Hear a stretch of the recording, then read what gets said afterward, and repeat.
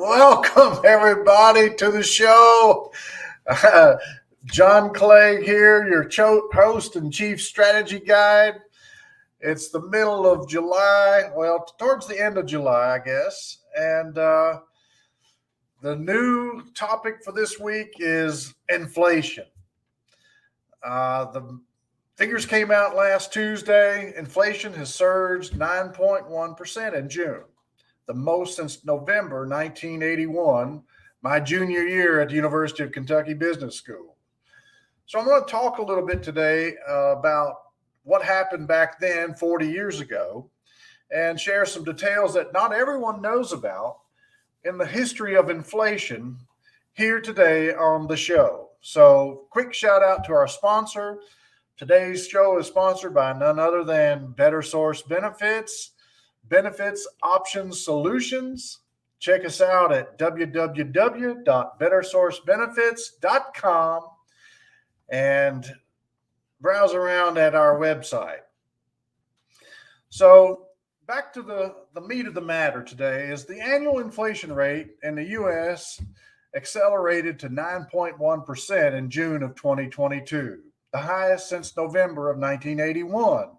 Back when I was just a young, spry 20-year-old, up from 8.6 in May of this year and above market forecast at 8.8%. So we're headed into a high inflationary spike, if you will, where prices have increased significantly for shelter, the most since February of 91. Household furnishings and operations. Who's been ordering furniture and gotten it the next day? No one, because it's a supply chain issue and it's delayed forever. But those household furnishings and operations are up 9.5 points. New vehicles are up 11.4%. Used cars and trucks, I'm citing a figure here at 1.7%, but we all know that used cars are out the roof. 1.7 doesn't even touch it. And then airfare. Airfare is up 34% here recently. And so that's kind of slowed the economy down in a dramatic way.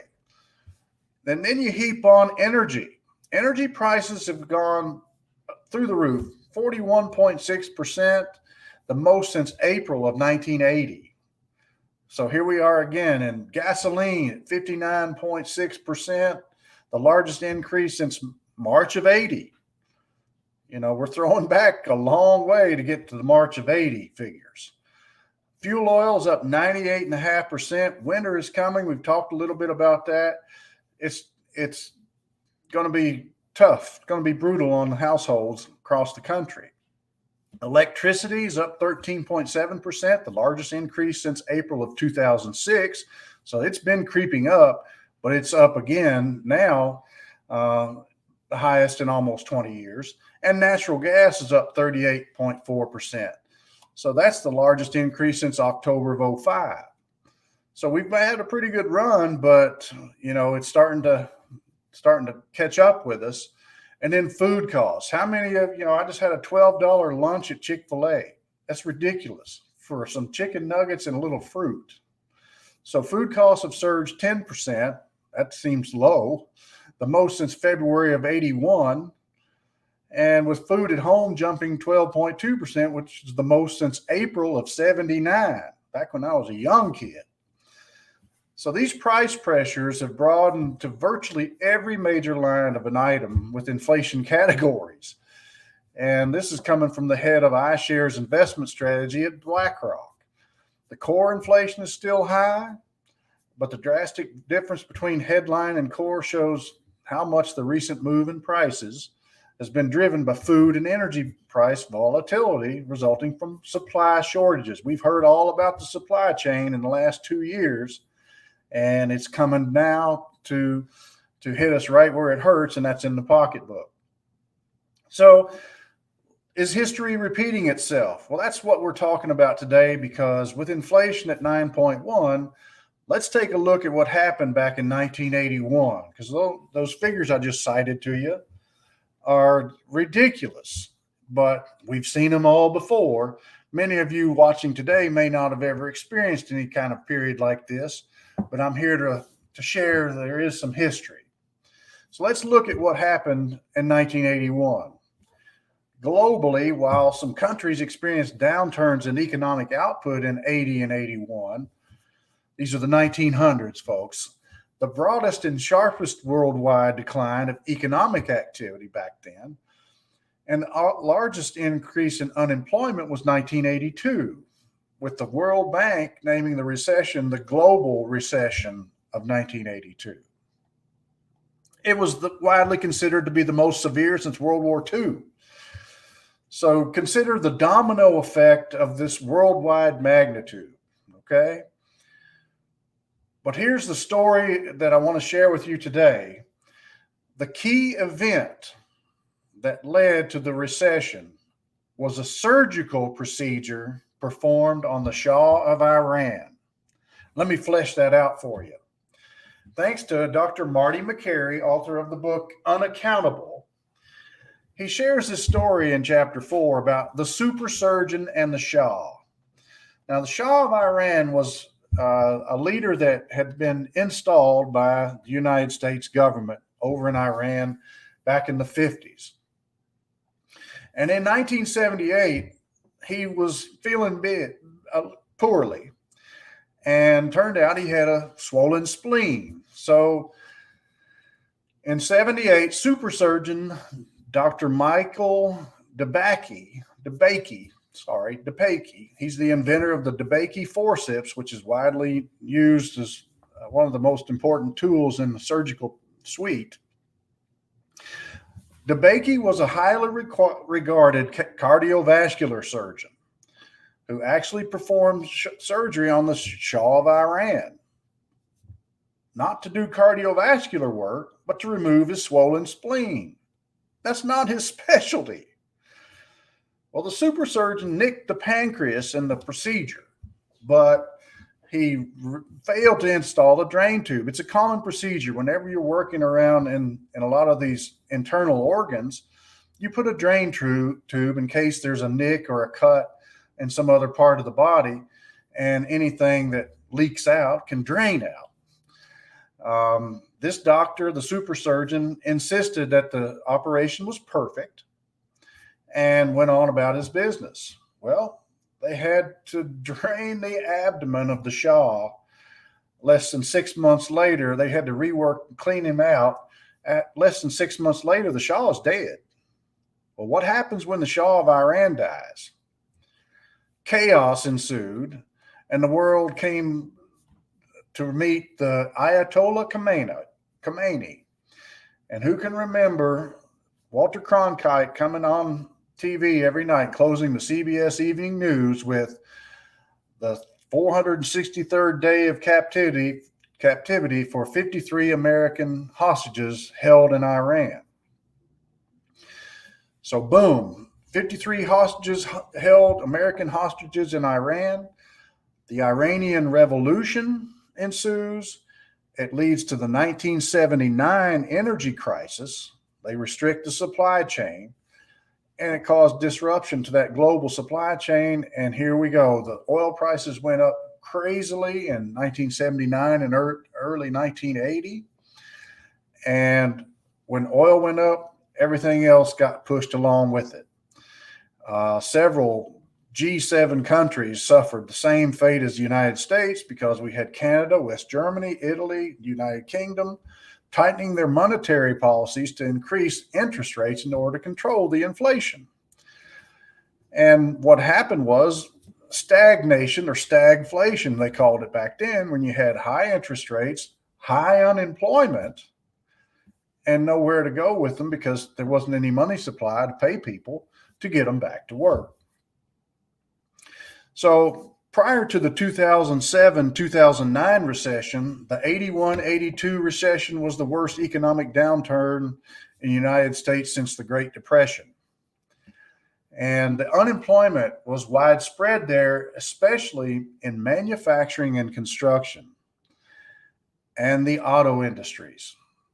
Those goods producers accounted for only 30% of total employment at the time, but yet they suffered 90% of the job losses in 1982.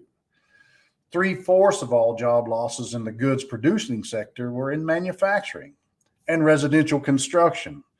And we're going to get to that in just a minute because they ended up the year with 22 and 24% unemployment, respectively. So both 1980, 81, 82 recessions were triggered by tight monetary policy to try to fight inflation, and there was just nothing but pain all around.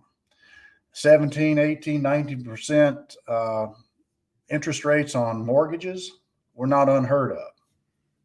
So why do we care? So let's unpack what the inflation factor when it comes out means to your business in 2022 and going into 2023.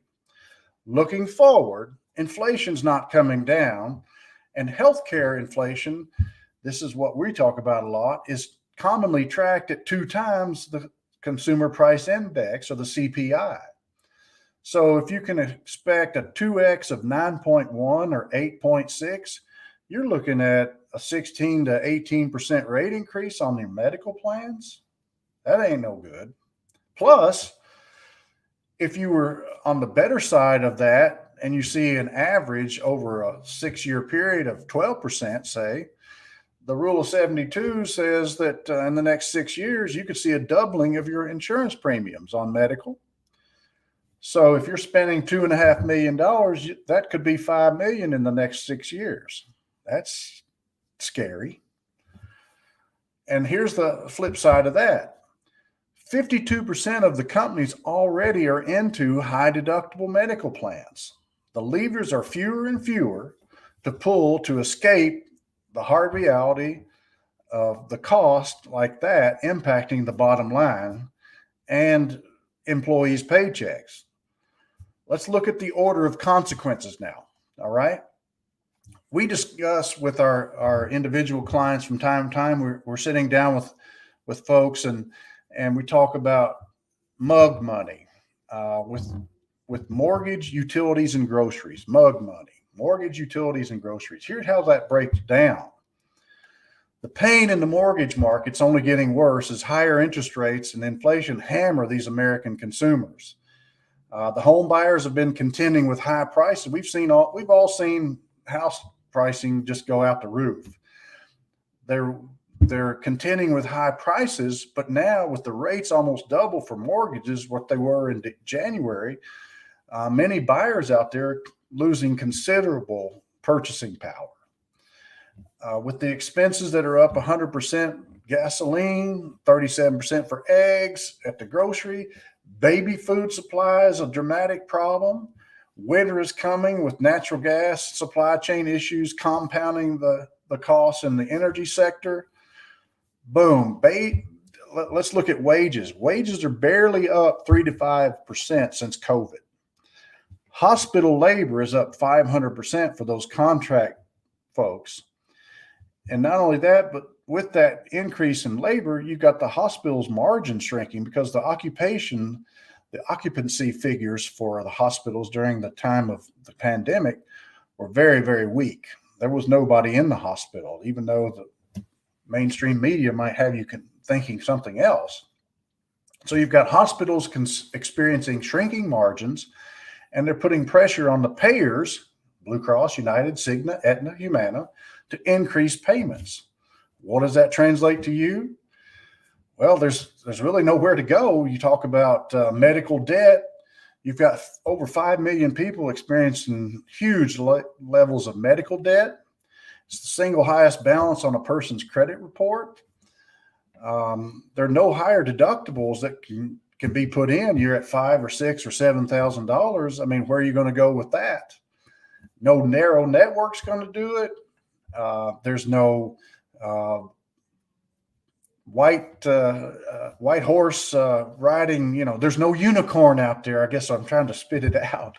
There's no unicorn out there. It's going to come riding through and take away all of these challenges. And that ultimately gives our employees no control over their mug money. We can't raise salaries and wages to cover what they're facing on medical side, and we certainly can't raise it fast enough to meet a 9% inflation rate. So can anything be done? It's a good thing you asked. That's why I invite you to check us out at www.bettersourcebenefits.com and click on the results tab to see how returning control to your company has its advantages. And of course, click on the Get Started button to book a session with me, John Clay, your host and chief strategy guide, because the winter is coming. Indications are it's going to be cold this year. And that's it. Hope this has been of value for you. As I mentioned before, nothing's more freeing than taking your control of your medical plan. And, folks, it's one of those things that if you do it right, we have an entire toolbox to use in controlling costs and reducing the frequency and severity of claims. I hope this has been of value for you. Thanks for watching, and thank you for the positive comments we've had in the comment section on the shows. So we look forward to our next time together, Wednesdays, 2 p.m. Eastern, on Benefits with John Clay. See you soon.